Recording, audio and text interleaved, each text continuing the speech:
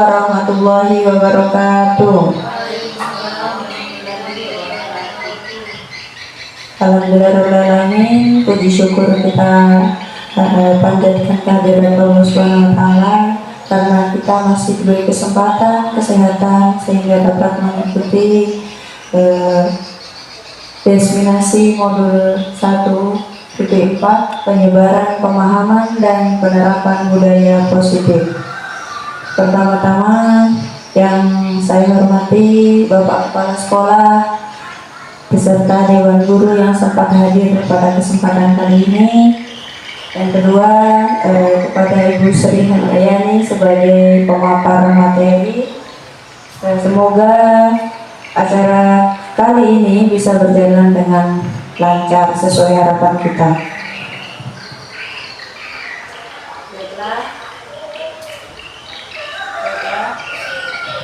Untuk mempersingkat waktu, saya persilakan kepada Ibu Sri Handayani untuk memaparkan materinya. Terima kasih pada moderator. Assalamualaikum warahmatullahi wabarakatuh.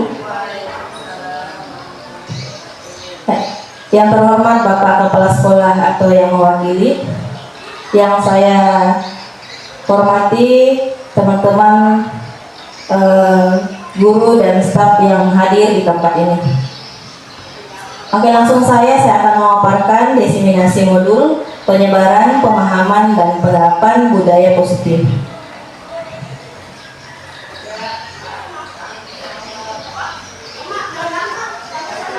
Oke, perkenalkan Bapak Ibu, dalam pendidikan CGP ini mereka berdua adalah pendamping saya yang selalu membimbing saya dalam mengerjakan tugas, yaitu Bapak Arman SPD selaku pengajar praktik, kemudian Ibu Hasnawati SPD selaku fasilitator saya. Oke, jadi budaya positif. Budaya positif adalah kebiasaan yang bernilai positif. Di dalamnya mengandung sejumlah kegiatan yang mampu menumbuhkan karakter positif murid. Kebiasaan yang sudah membudaya akan berjalan dengan sendirinya, baik ketika dalam pengawasan ataupun tidak. Oleh karena itu, perlu adanya motivasi intrinsik dalam diri setiap warga di sekolah. Motivasi intrinsik merupakan kemampuan diri sendiri untuk menangani masalah yang dihadapi dengan bertanggung jawab. Oleh karena itu, budaya positif sangat diperlukan oleh sekolah agar dapat memberikan lingkungan yang nyaman dalam pendidikan.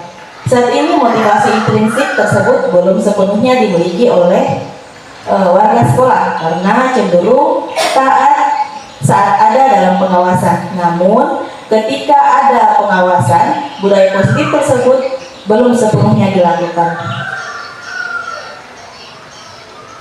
Dengan menjalankan budaya positif di sekolah, maka akan mempermudah dalam tercapainya tujuan pendidikan nasional Ki Hajar Dewantara, yaitu pendidikan yang berpihak pada murid dan bersifat menuntun tumbuh atau hidupnya kekuatan kodrat yang ada pada murid. Budaya positif bisa terwujud jika seorang guru memiliki nilai guru penggerak diantaranya berpihak pada murid, mandiri, reflektif, kolaboratif, dan inovatif. Oke, jadi di sini ada beberapa konsep inti budaya positif. Yang pertama, perubahan paradigma positif. Kemudian kedua, disiplin positif. Ketiga, nilai-nilai kebajikan. Keempat, kebutuhan dasar manusia. Kelima, motivasi perilaku manusia. Keenam adalah posisi kontrol guru. Ketujuh adalah keyakinan kelas. Dan kedelapan adalah segitiga restitusi. Oke, pembelajaran dengan paradigma baru, yaitu pembelajaran dengan paradigma merupakan pembelajaran yang dirancang berdasarkan prinsip pembelajaran berdiferensiasi. Oke, jadi membutuhkan lingkungan belajar yang positif, aman, nyaman, agar murid mampu berpikir, bertindak, mencipta dengan merdeka, mandiri, dan bertanggung jawab.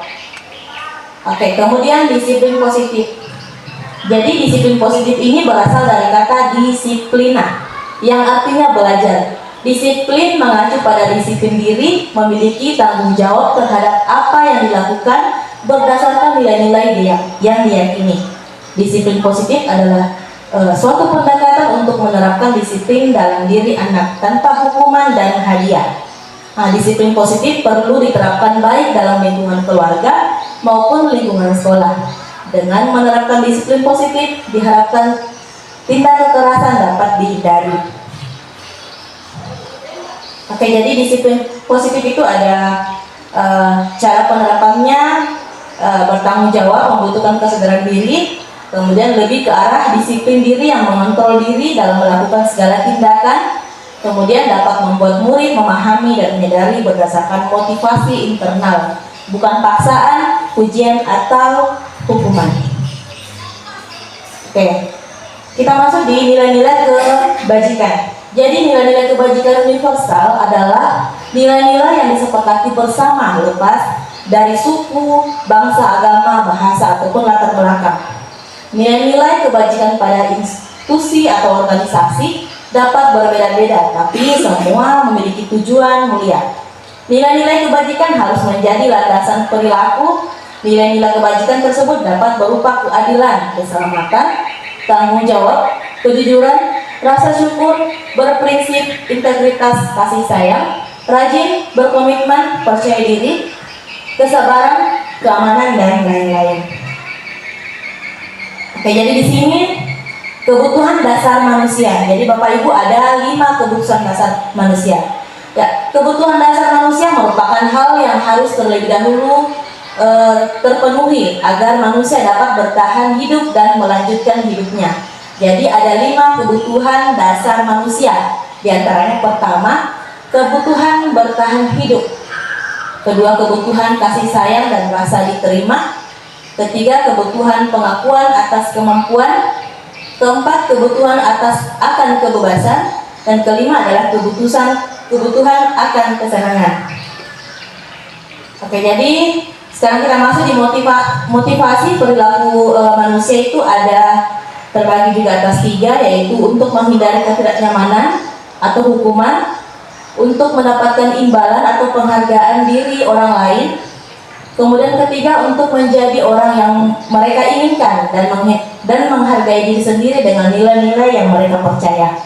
Nah, jika murid memiliki motivasi perilaku untuk menghindari ketidaknyamanan atau hukuman dan untuk mendapatkan imbalan atau penghargaan dari orang lain, maka motivasi yang ada pada diri anak masih berasal dari motivasi eksternal.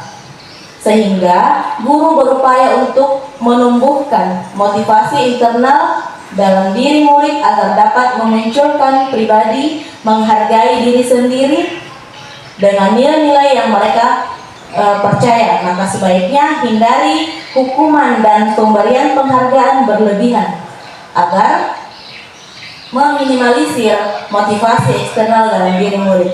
Jadi sebenarnya untuk pemberian hadiah kepada murid itu yang berlebihan akan menjadi penghukum bagi murid itu sendiri. Selanjutnya nanti akan saya jelaskan. Oke, jadi di sini kita masuk di hukum, konsekuensi, dan restitusi. Jadi hukuman itu bersifat tidak terencana. Jadi kalau kita hukum anak nakal dengan tidak terencana, maka kita memberi sesuatu tindakan tidak terencana, maka itu berupa hukuman. Nah, jadi anak atau murid tidak tahu apa yang akan terjadi dan tidak dilibatkan. Hukuman bersifat satu arah dari pihak guru yang memberikan. Jadi kalau kita kasih tanpa kesepakatannya mereka, itu adalah hukuman. Oke, kemudian dan murid hanya menerima satu hukuman berupa fisik atau psikis tanpa melalui suatu kesepakatan. Sedangkan disiplin dalam bentuk konsekuensi sudah terancana atau sudah disepakati, sudah dibahas dan disetujui oleh murid dan guru. Umumnya bentuk-bentuk konsekuensi dibuat oleh pihak guru di sekolah, sudah mengetahui sebelumnya konsekuensi yang akan diterima bila ada pelanggaran. Pada konsekuensi, murid tetap dibuat tidak nyaman untuk jangka waktu pendek, sedangkan disiplin restitusi merupakan bentuk penguatan jangka panjang.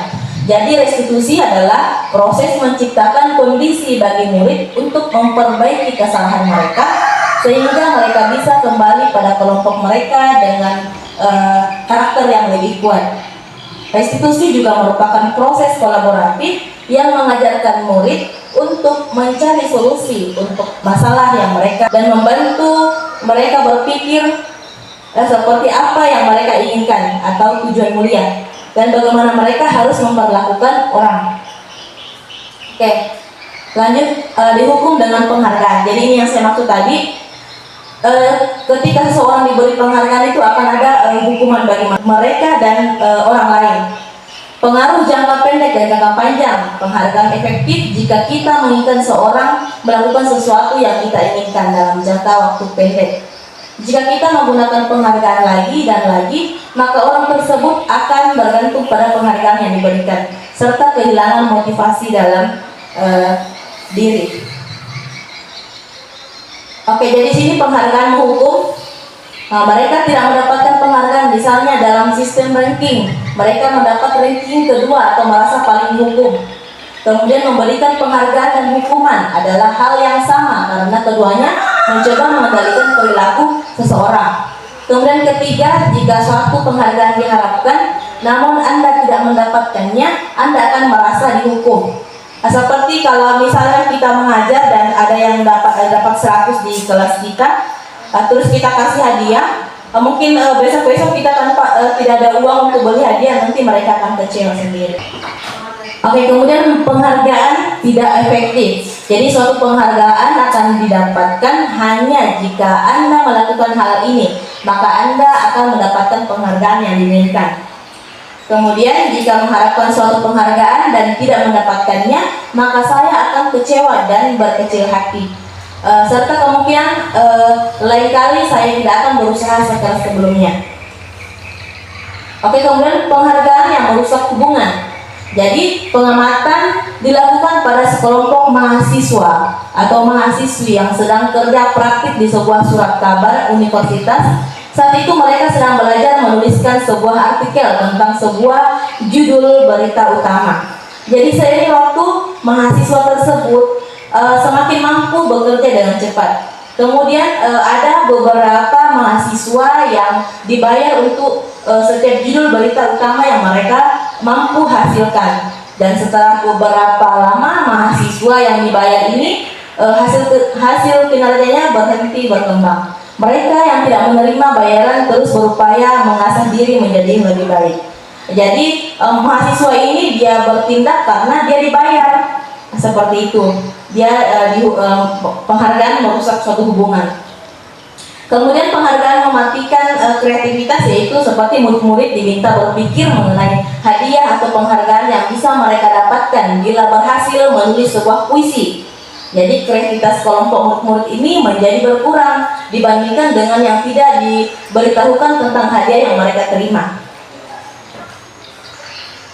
Jadi ini ada kasus Iva kurang menguasai pelajaran matematika, sehingga pada saat pelajaran tersebut berlangsung dia banyak berdiam diri atau menggambar di buku pelajarannya.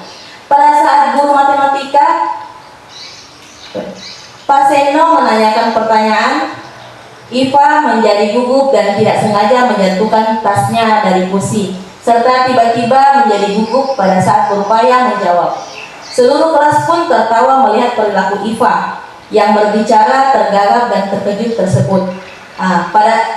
Pak Seno pada saat itu membiarkan teman-teman Iva menertawakan Iva yang tergagap dan malu luar biasa. Dan malahan meminta Iva untuk maju ke depan dan berdiri di depan kelas sambil menunjuk hidungnya karena tidak bisa menjawab pertanyaan Pak Seno. Kelas semakin gaduh dan anak-anak pun tertawa melihat Iva di depan kelas memegang ujung hidungnya. Jadi pertanyaan pemantiknya, apakah Anda setuju dengan tindakan Pak Seno terhadap Iva? Mengapa? Menurut Anda, tindakan Pak Seno terhadap Iva adalah sebuah hukuman atau konsekuensi? Mengapa? Oke, jadi Bapak Ibu saya akan bagikan sticky note ya. Jadi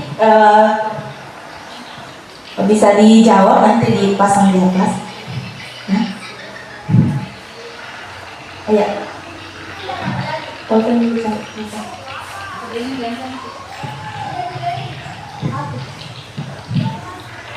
Bicara ya.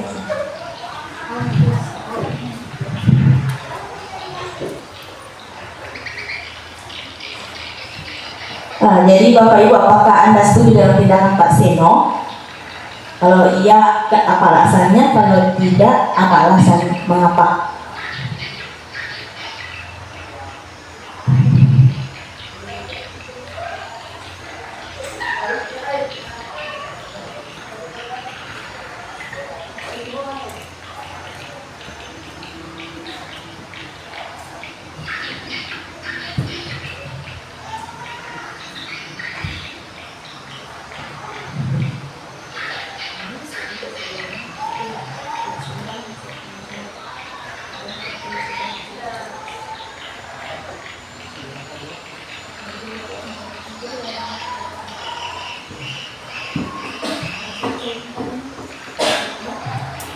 Kenapa Bu Nir?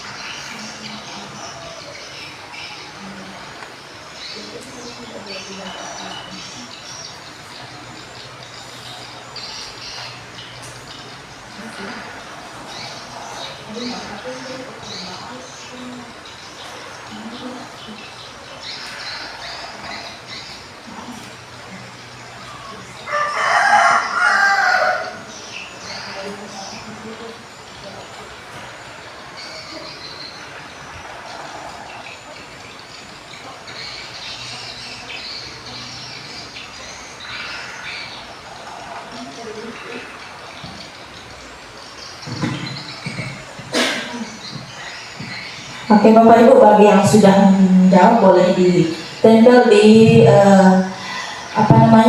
di kertas yang sudah disediakan.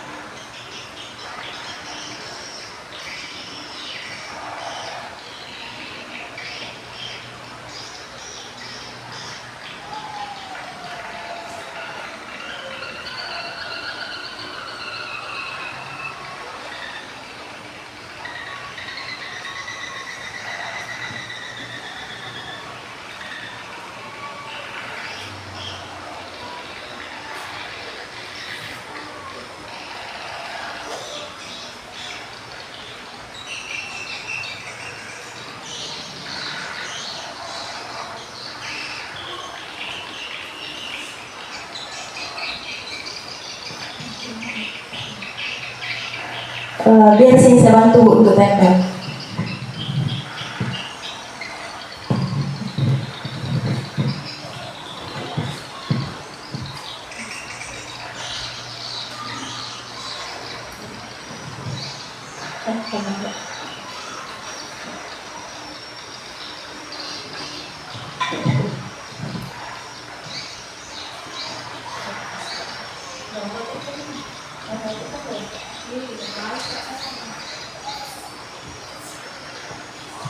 Oke, jadi saya membaca satu saja.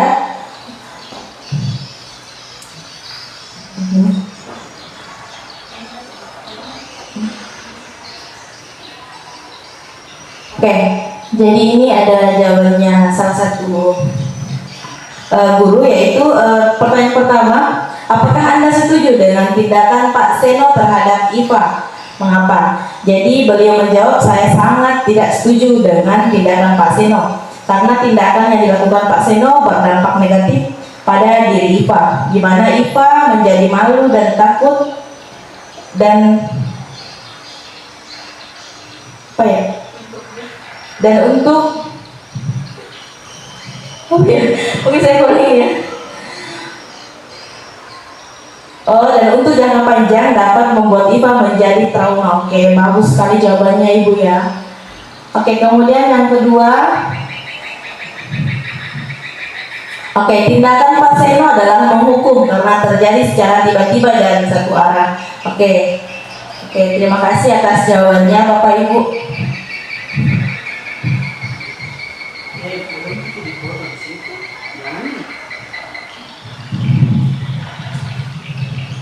Oke, jadi di sini ada pertanyaan tindakan guru, hukum atau konsekuensi. Jadi bisa Bapak Ibu ingat-ingat saja karena ini tidak pakai stiker lagi.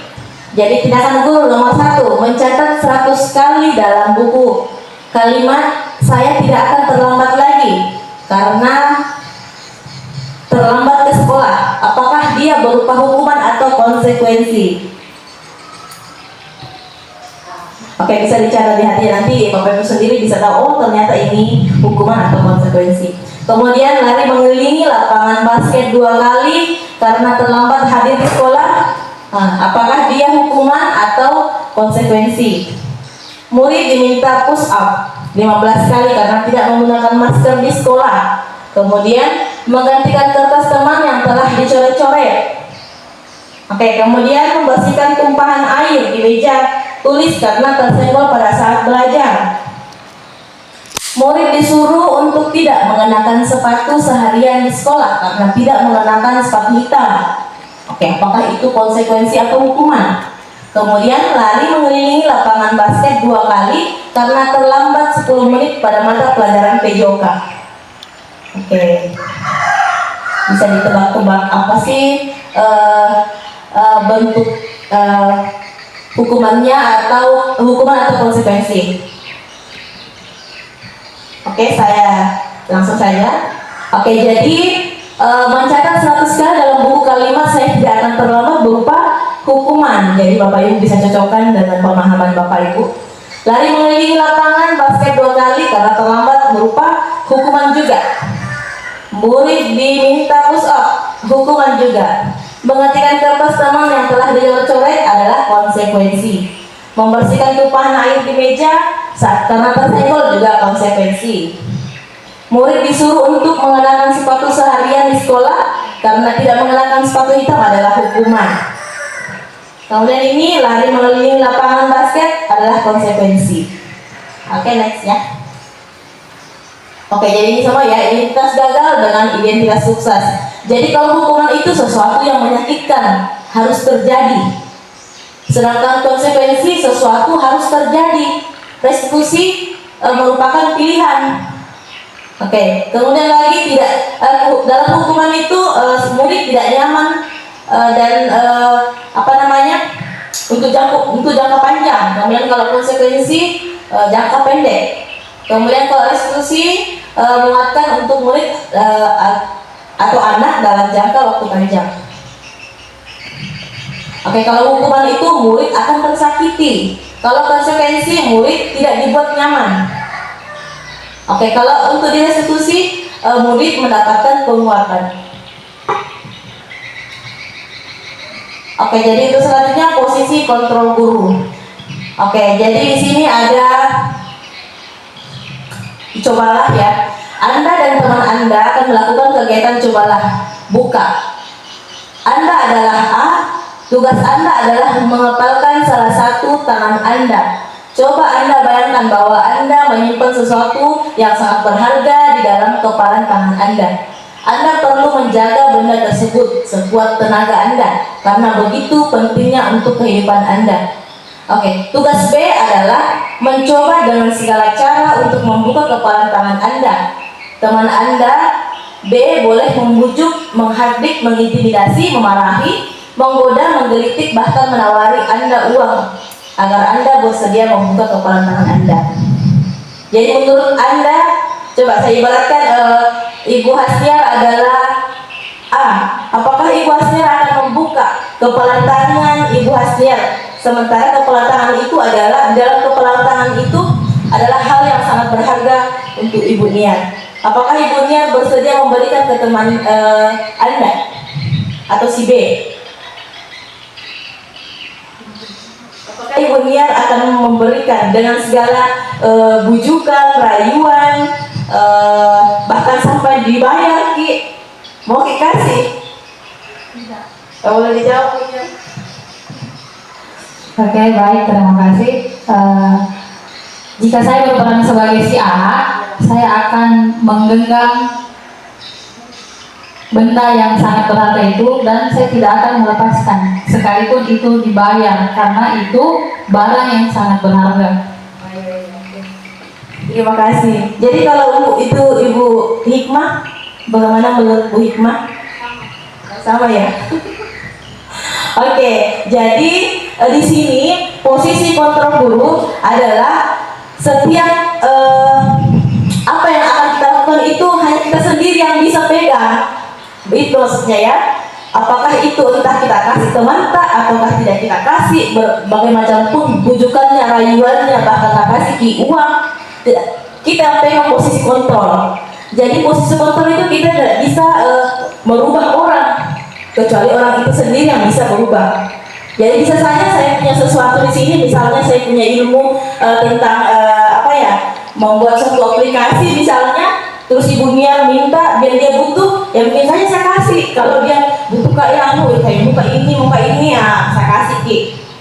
Karena saya berpikir bahwa mungkin saja apa yang saya punya dia butuhkan. Sebenarnya tergantung dari kita hal berharga itu apa. Misalnya hal berharga itu adalah perhiasan saya, emas saya, atau anak saya, dan mungkin saya kasih orang. Oke, jadi sini pada intinya posisi kontrol itu adalah kita sendiri yang punya kontrol tubuh kita. Oke, mengapa? Tadi sudah dijawab oleh Ibu Hasniar bahwa dia akan tetap bertahan meskipun dia dibayar atau dirayu. Kemudian apakah B untuk kepala tangan Anda? Mengapa Anda?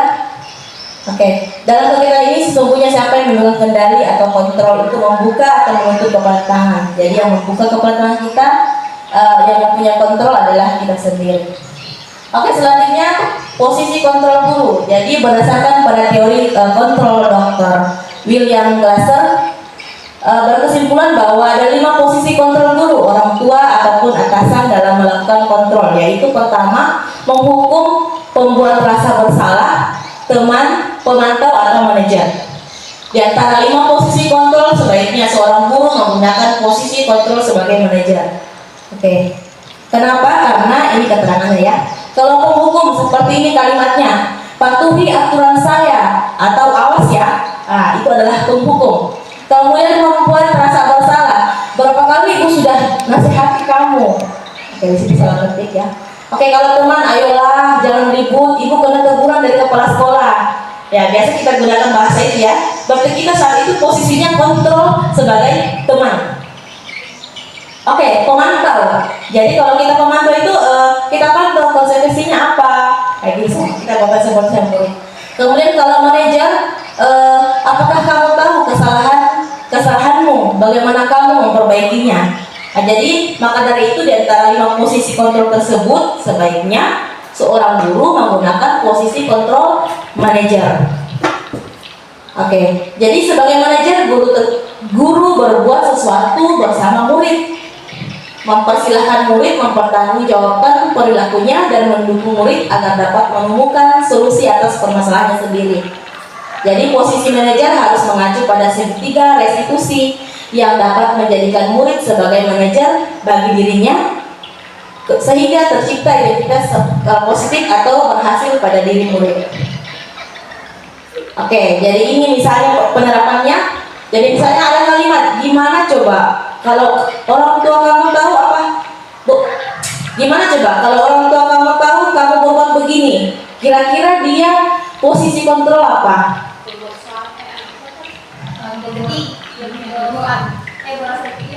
Apa? Membuat rasa bersalah. Oke, itu ya. Kemudian kedua, selalu, pasti selalu yang terakhir selesai.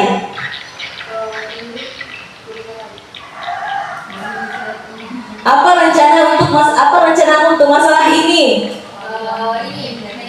Manajer. Oke, ayolah bantulah dari Bapak ya. Teman. Oke. Apa yang telah kamu lakukan? Manajer. Kalau manajer lebih bertanya dan mengarahkan. Ya, kalau ini apa yang telah kamu lakukan? Pemantau. Oke, kita lihat. Oke. Jadi, gimana coba kalau orang tua kamu tahu kamu berbuat begini? Berarti dia membuat rasa bersalah. Jadi kita jatuh kaki mentalnya dengan kita, semakin kita tahu bersalah kok. Ya. Nah, pasti selalu yang terakhir selesai. Pemantau. Apa rencana untuk masalah ini? Manajer. Ayo bantulah dari Bapak ya. Nah, teman, apa yang telah kamu lakukan? Pemantau. Oke, selanjutnya keyakinan kelas. Keyakinan kelas adalah nilai-nilai kebajikan yang diyakini oleh kelas yang menumbuhkan motivasi intrinsik dan budaya positif di sekolah. Di kelas, guru berperan dalam mewujudkan terbentuknya keyakinan sekolah atau kelas dengan adanya kesepakatan antara guru dan murid. Keyakinan sekolah atau kelas berupa pernyataan universal yang mudah diingat, dipahami, dan harus diterapkan dalam lingkungan sekolah. Contohnya, setiap anggota kelas saling menghormati. Ya, misalnya kalau dalam nanti ini semester depan, ibunya misalnya jadi wali kelas, bisa pertama-tama harus membuat kesepakatan kelas.